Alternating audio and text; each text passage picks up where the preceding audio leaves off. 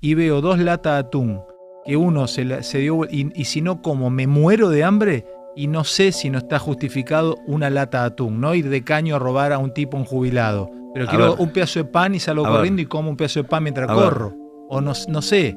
Robar está mal. Primer punto, robar está mal. Y si vos no respetás el derecho de propiedad, te vas a hundir. Digo, marco general. Vos sabés que durante la Gran Depresión en Argentina, el Estado no era lo que es ahora. Y la verdad que frente a la Gran Depresión la Argentina sufrió mucho. Ahora, y sin embargo, ¿cómo lo resolvió eso? ¿Sabes cómo lo resolvió? Con asociaciones que eran como si fueran hoy las ONG. Los resolvió el sector privado. Lo resolvió el sector primario voluntariamente. Lo resolvían entre las familias acaudaladas, por decirlo de alguna manera, y la iglesia. Es decir, hay un libro maravilloso de Alberto Beneja Lynch, hijo, o sea, nuestro máximo prócer de la idea de la libertad, y Martín Krause, que se llama En defensa de los más necesitados. Y justamente explica cómo todo el sector privado se organizó para darle asistencia al caído.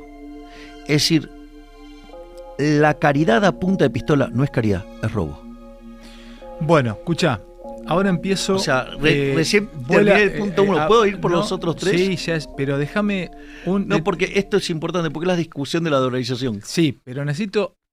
Seguime con esto, dame bola con esto, porque cada vez más gente... No, porque lo que pasa es que van a creer que no terminé de explicar el punto. Es que lo vas a explicar, pero ¿sabés lo que necesito para llegar a los otros 3 puntos? A no ser que me prometas que en un momento dado me lo vas a explicar, porque siempre, estudié todo. 2 horas y media. Vine a explicar todo. Necesito en un momento, y mira, si vos confías en mi olfato de conductor y periodista... Yo confío en tu olfato, pero también conozco, digamos, la lógica de la explicación. Seguí entonces. Porque te estoy diciendo que te voy a contestar. Yo sé que te voy a contestar. Pero necesito que entres fácticamente a cómo vas a dolarizar. Esa es la etapa 3. Listo, seguí entonces con la etapa 2. Escúchame, voy a necesitar que me digas ¿a cuánto dolarizarías? ¿Cuántos dólares? Ya te lo digo. No, decímelo después, no me lo adelantes. Después voy a necesitar que me digas ¿cómo sería el cobro del sueldo de los que cobran tanto ahora que te están escuchando un repositor en Coto? Si vos dolarizás, ¿cuánto va a buscar al cajero cuando va a buscar? Tercero, necesito que me cuentes cuántos dólares necesitas para dolarizar. Y cuarto, cómo los vas a conseguir. Pero dale, seguí vos. Ya me diste el paso 1 ético, anda al 2, 3 y 4. Dale vos. Eso que vos estás diciendo es lo que viene en el paso 3. Dale, tenemos tiempo, vamos. ¿Vas al 2 ahora? Ahora vamos con el 2. ¿Cómo lo titulo al 2? El 2 tiene que ver con la cuestión técnica. Dale. Desde mi punto de vista, no existe tal cosa como una política monetaria óptima. Es decir, vos no podés determinar desde el lado de oferta la existencia de un bien. Te lo voy a explicar así. ¿Solo para Argentina no existe y es aplicable para cualquier país? No existe conceptualmente. Es decir, parte del instrumental con el que trabajamos los economistas está mal. Estoy diciendo eso. Y no existe tal cosa como una política monetaria óptima. Y te lo voy a hacer muy fácil. Supongamos que yo acá ahora tengo la mejor botella del mejor vino del mundo. Mejor. Y estamos en una sociedad de abstemios. ¿Cuánto vale? Nada. 0. ¿Por qué? Porque no tiene demanda.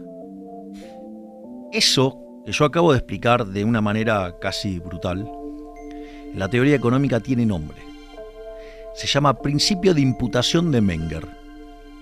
El principio de imputación de Menger, en realidad el nombre no se lo puso Menger, lo llamó principio de imputación von Wieser, uno de los herederos o sucesores de Menger. Lo que pasa, tuvo uno en paralelo que era mucho más conocido, que se llamaba Eugen von Baberg, o sea, era bastante más conocido. Sí. Pero von Wieser era un tipo también brillante. Y entonces lo llamó así. Y eso quiere decir que los precios son los que determinan los costos y no los costos los que determinan los precios. Va despacito. ¿Son los precios los que determinan los costos? Y no los costos los que determinan los ¿Me precios. das otro ejemplo? ¿Cómo sería No, en el día a día? Vamos con la botella de vino. Dale, son los precios. Yo soy muy, perdóname, así como soy bastante bueno para la filo, soy muy malo para la economía. Los precios determinan los costos, dale. Eso es lo Dale. que dice Menger. Sí. Pero vamos a hacerlo por el absurdo, o sea, al revés. Suponete que yo quiero, no sé, de vuelta, hago una botella de agua.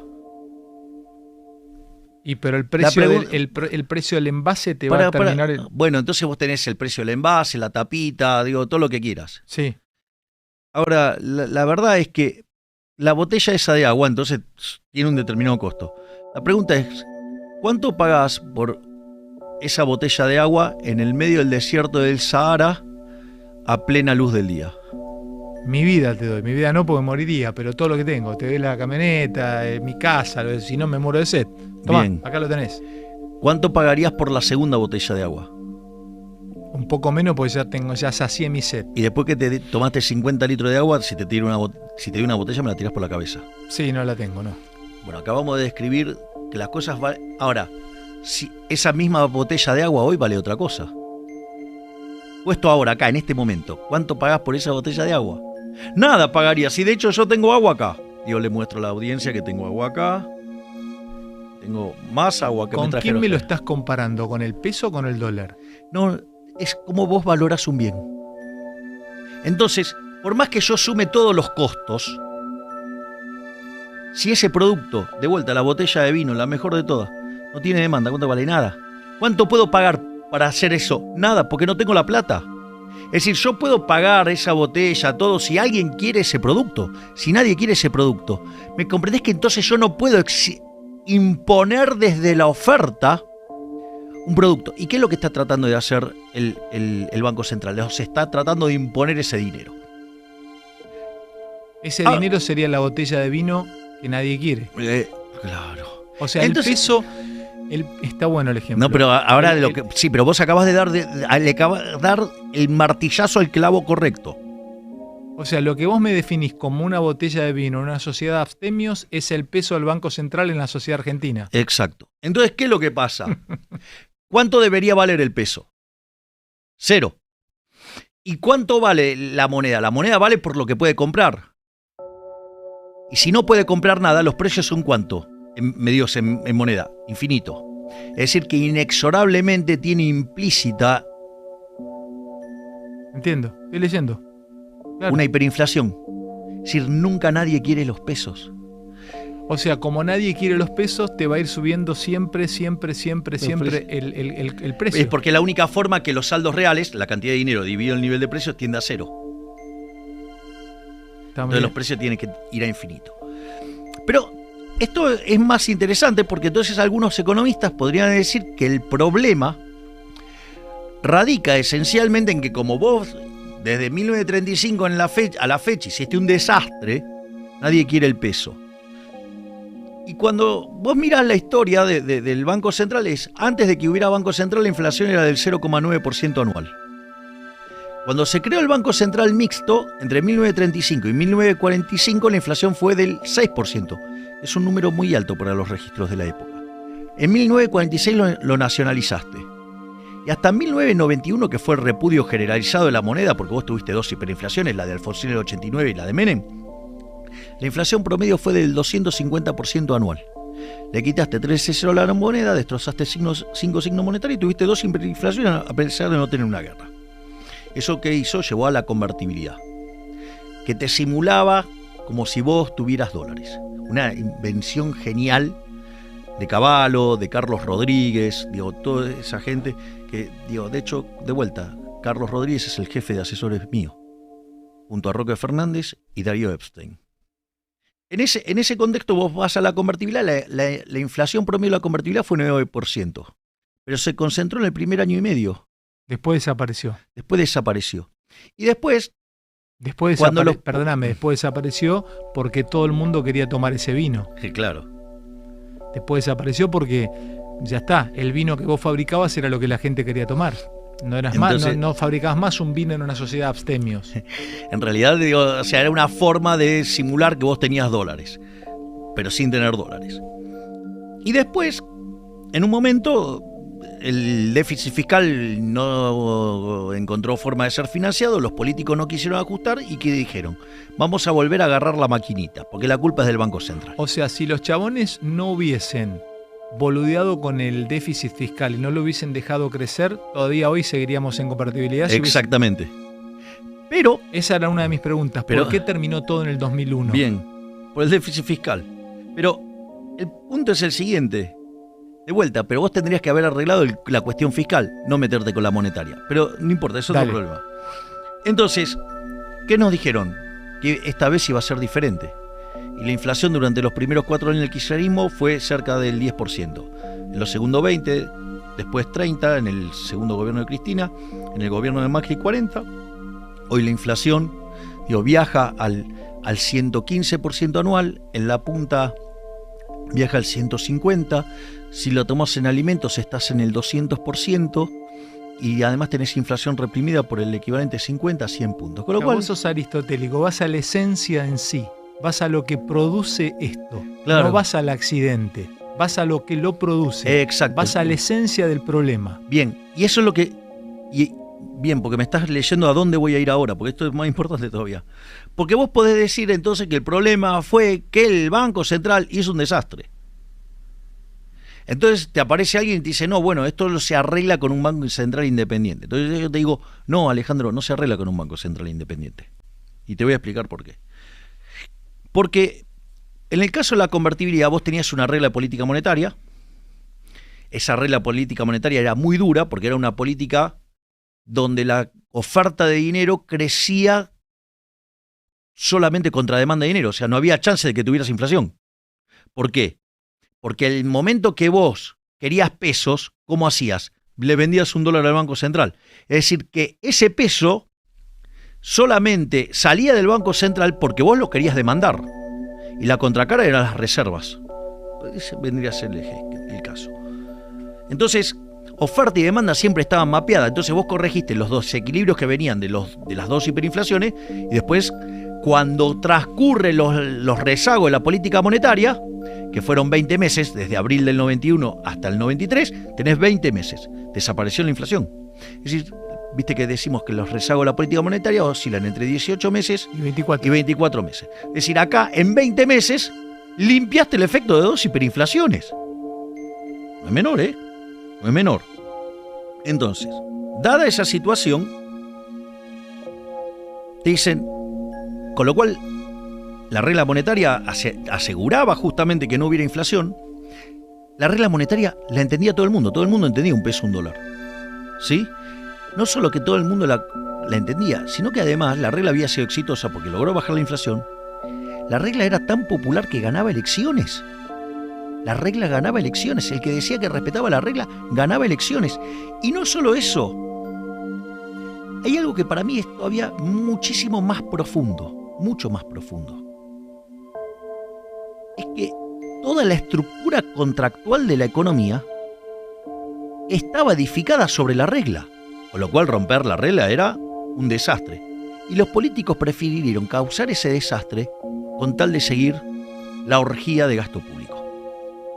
Con lo cual, que no me vengan con la independencia del Banco Central. Y que mucho menos me vengan con el tema de la independencia del Banco Central. La gente de Juntos por el Cambio, que el 28 de diciembre de 2017, Marcos Peña, Caputo, Duhovne, se llevaron puesto a Federico Sturzenegger. ¿Ok? Entonces, que no me vengan a hablar de la independencia del Banco Central si son los primeros que, cuando no les gustó lo que hacía el Banco Central, se lo llevaron puesto. Ahora, con lo cual, la pregunta es, mirá, no tengo reputación para tener un Banco Central porque la verdad que desde el año 35 venimos haciendo desastre. Es cierto, pero hay algo todavía mucho más profundo. ¿Estás en la etapa 2 o en la 3? No estoy con la 2 porque son los fundamentos, estos son los fundamentos técnicos para la instrumentación. Dale.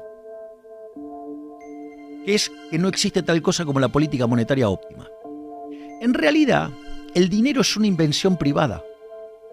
¿Cómo nace el dinero? Suponete que estás en una economía de trueque.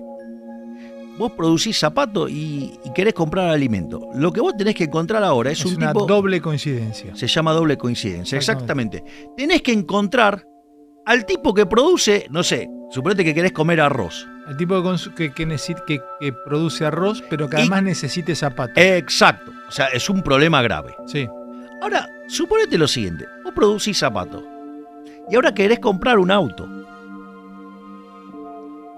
Y vos querés ir a comprar el auto con los zapatos. ¿Y cuál es el problema? El que vende el auto también quiere comprar zapatos. Pero ¿cuál es el problema? Que no quiere tantos pares de zapatos. Hay lo que se llama un problema de indivisibilidad. Frente a ese problema de doble coincidencia y de indivisibilidad, los seres humanos se pusieron a llorar. No se pusieron a llorar y gritar, quiero Estado, que me arregle este problema. No, ¿qué hicieron? Lo solucionaron. ¿Cómo lo solucionaron?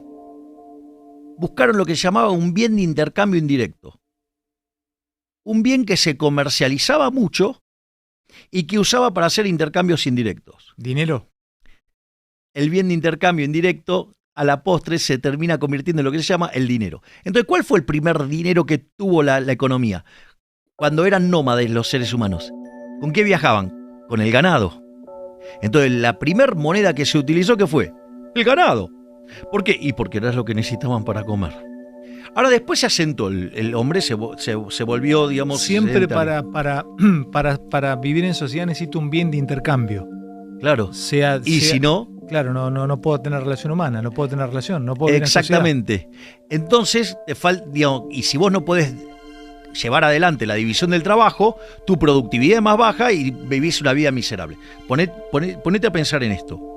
Suponete que vos te tenés que dedicar a producir tu comida, tu ropa, tus camisas, tus zapatos, vas a estar todo el día ocupado haciendo eso, pero vas a tener, todo viene de pésima calidad. Claro.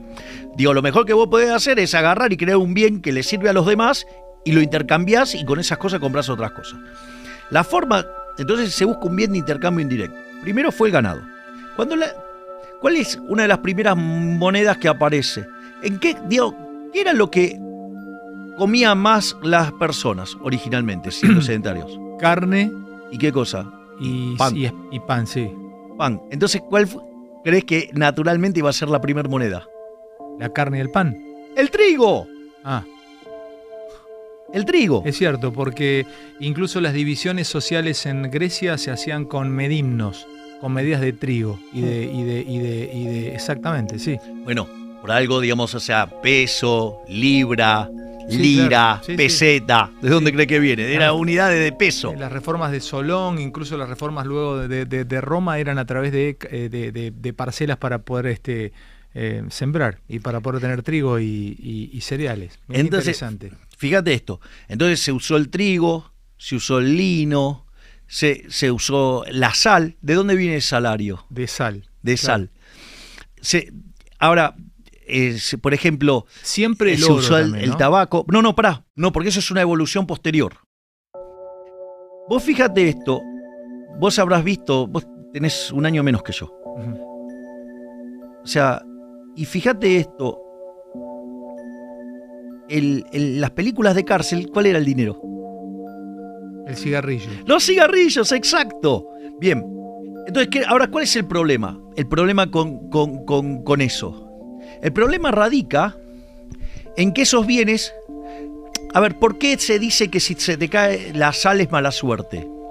Porque cuando vos ibas a hacer una transacción en sal, ¿qué pasa? Si te ponías a manipular el saco, si el saco se caía, perdías poder adquisitivo, era mala suerte, claramente. Claro. Entonces, ¿cómo le pasás el salero a otro?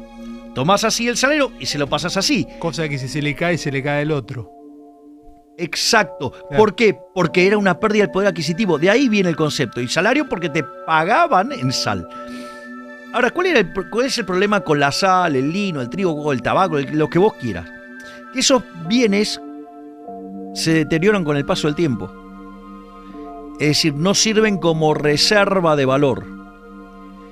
Y el problema es que si vos querés pasar el consumo del presente al futuro o viceversa, necesitas que eso no se deteriore, porque si se te deteriora tenés Bueno, de hecho es una tasa de interés negativa. El caso emblemático de tasa de interés negativa que es el helado. Si vos no te tomás el helado ahora, ¿qué pasa? No lo tomo más, se me derrite. Porque se te derrite. Bueno, eso es tasa de interés negativa. Es decir, conforme pasa el tiempo vale menos. ¿Ok? Entonces, en ese contexto, ¿qué es lo que sucede? Bueno, había que buscar algo que fuera durable. Y ahí aparece ¿qué cosa? El oro y la plata. La plata para las transacciones chicas, el oro para las transacciones grandes. Ahora empezamos a hacer transacciones en oro, en plata, en lo que vos quieras. Fantástico. Pesábamos la cantidad de oro y en eso hacíamos la transacción. Ahora, suponete lo siguiente. Vos querés comercializar porque eso fomenta la división del trabajo y genera bienestar. Ya vimos que si te tuvieras que ocupar de cada uno de los bienes que vos consumís, tu vida sería miserable. No vivo, sí. Entonces, ¿qué haces? Empezás a comercializar. Ahora, ¿cuál es el problema? ¿Vos te acordás de la serie El Zorro? La serie El Zorro tenía una característica que le escribís en tu libro. Dos características. Generalmente atacaban a los tipos que llegaban desde el puerto a la ciudad, porque sabían que llevaba oro. Porque venían a comercializar, y si venían a comercializar, ¿qué llevaban? Oro. Oro, tenían un cartel que decía oro. Sí, ¿Y el otro delincuente quién era? El Estado. El zorro que peleaba contra los delincuentes que atacaban en la ruta. O sea, era Rothbard el zorro. ¿Me entendés? O sea, y se agarraba con los soldados que vendrían a ser los representantes del Estado. ¿No? Era Rothbard. O sea, el zorro era narcocapitalista. Entonces, mirá, si estuviera vivo Lai William, vamos, le damos un abrazo y le decimos bienvenido al club. Entonces, entonces, ¿qué es lo que quiero decir con esto? Que en esa parte vos tenías un riesgo enorme. Entonces, de vuelta, ¿qué hicieron los seres humanos? ¿Dejaron de comercializar siendo algo que los favorecía tanto? No. ¿Qué hacían? Fueron y pusieron el oro y la plata ¿en dónde? En los bancos. Sí, bueno, es una suerte de banco. Era un almacén de valor. Y vos dejabas eso y ¿qué te daban a cambio? Te daban certificados de oro y de plata. Y vos que entonces ahora viajabas con esos certificados, con esos pagaban y después hacían un clearing. Y ahí entonces, ¿qué es lo que apareció? El dinero papel. Pero el dinero papel tenía como contraparte ¿qué? El oro del respaldo en el banco. Exacto. Estaba respaldado. Es decir, es como una suerte. El oro porque se usaba el oro, pero podría ser cualquier. Por ejemplo, en Guatemala, originalmente el dinero lo imprimían las empresas que producían café. Con lo cual, eso estaba respaldado en café. Es decir, vos tenés que tener un respaldo para eso. Quiere decir, porque es un bien de intercambio indirecto. Entonces, y si es un bien de intercambio indirecto, esto tiene que ver que la demanda de dinero, y esto va a ser fundamental para la parte 3, tiene que ver con el hecho de las transacciones que vos hagas en el presente y en el futuro. ¿Y vos decís que Argentina no tiene respaldado el peso? No, es papel pintado. O sea, es la impresora. Entonces, cuando vos mirás esto, entonces el dinero solamente existe como concepto de bien de intercambio indirecto. Entonces no hay política monetaria óptima, porque en realidad tu demanda de dinero, ¿sí?, va a surgir de las preferencias de los individuos, de las dotaciones y de la tecnología, lo que en paz descanse, que partió hace poco, Robert Lucas Jr., que llamaba parámetros profundos. O sea, quiere decir, Javi, que el dinero que yo ande en este caso una billetera virtual o lo que sea, es que yo te estoy... Supete el dinero. Es una cuestión simbólica, netamente simbólica. Si todos tuviésemos confianza, yo conozco gente que hace transacciones en mi pueblo que tienen tantos quintales de sojas en el silo y van a comprar neumáticos para el tractor y te juro que no necesitan llevar dinero. Le dicen, che, sabés que tengo la soja ahí, ¿no? Sí, listo, dame 2 neumáticos y después te lo pago, te transfiero soja. Eso es lo que estás diciendo, es mucho más profundo que la barbaridad que dicen los economistas. Porque los economistas te dicen con la confianza alcanza. ¿Qué hay? Entonces miremos la base monetaria y qué hay del otro lado del balance del Banco Central, ¿no? A ver si tiene el respaldo o no. ¿Por qué es más profundo? Es mucho más profundo. Hay un libro que que se editó en la época que yo estudiaba en la facultad, allá en los 90, a inicio de los 90, y que después no se volvió era de Editorial McGraw-Hill, dos autores, Miller y Pulcinelli, y se llamaba Moneda y Banca. Y tiene un caso que cuenta la isla del dinero de piedra. Entonces, por ejemplo, cuenta el caso de una familia que era lo que vendría a ser como millonario, porque tenía un montón de piedras. ¿Y dónde estaban las piedras? Estaban en el fondo del mar. Pero todos hacían transacciones contra esas piedras. Es lo que estás diciendo vos. Es decir, ese dinero existe porque del otro lado tiene respaldo. Es decir, en el fondo tiene un bien, o sea, tiene demanda. Es decir, es un bien de intercambio indirecto. O sea, solamente el papel es un vehículo para facilitar la transacción. Sí, te cuento cómo es, lo sabes mejor que yo. Hay pueblos del interior que no es trueque, es, mirá, yo sembré soja, tengo soja depositada en los hilos de mi ley y voy a comprar una camioneta, una Hilux o una Ranger. Y voy y te digo, che, mirá que después hablarlo Javier, que te hace, te da el clearing. Exactamente, pero, hermano. Alejandro, no llevo papel, no llevo dinero. Pero pará. Real, esto, te lo cuento, es real. Pará. Yo tengo un certificado que ahí tengo esas unidades. Sí, la tengo certificado. Sí. O sea, yo podría fraccionarlo en la cantidad de papelitos que quiera, que dicen que la suma total da eso. Yo voy y te llevo esos papelitos y pago con eso. Te hago una pregunta, lo que estoy diciendo, porque yo lo transmito... No, es que vos estás hablando del dinero... Pero pará, ¿alguien no me podría denunciar por esto? ¿No está fuera de la ley lo que hace? Bueno, en el fondo estás imprimiendo tu propio dinero. Porque ese certificado que vos tenés, estás pagando con esos certificados. ¿Y qué es eso? Sí, ¿Y qué es? Y bueno, pero no, está fuera de la ley porque si AFIP sabe y podrían venir sí, mañana obvio, a decirme, claro, entonces te van a venir a buscar. Sí, claro. Sí, te van a venir a buscar. Sí. ¿Por qué? Porque estás violando una de las cosas más atroces que tiene el Banco Central, que es el monopolio de la emisión. Vos estás generando dinero privado. Sí, te entiendo. Y fíjate que ese dinero no genera inflación. Porque detrás de eso, ¿qué tiene? Tiene la demanda. Tiene el propio... Y además, si no lo quisieras, el papel, vas y te llevas la soja o lo que fuera. ¿Me comprendés que...? No, está claro. Déjame hacerte una pequeña reseña a vos.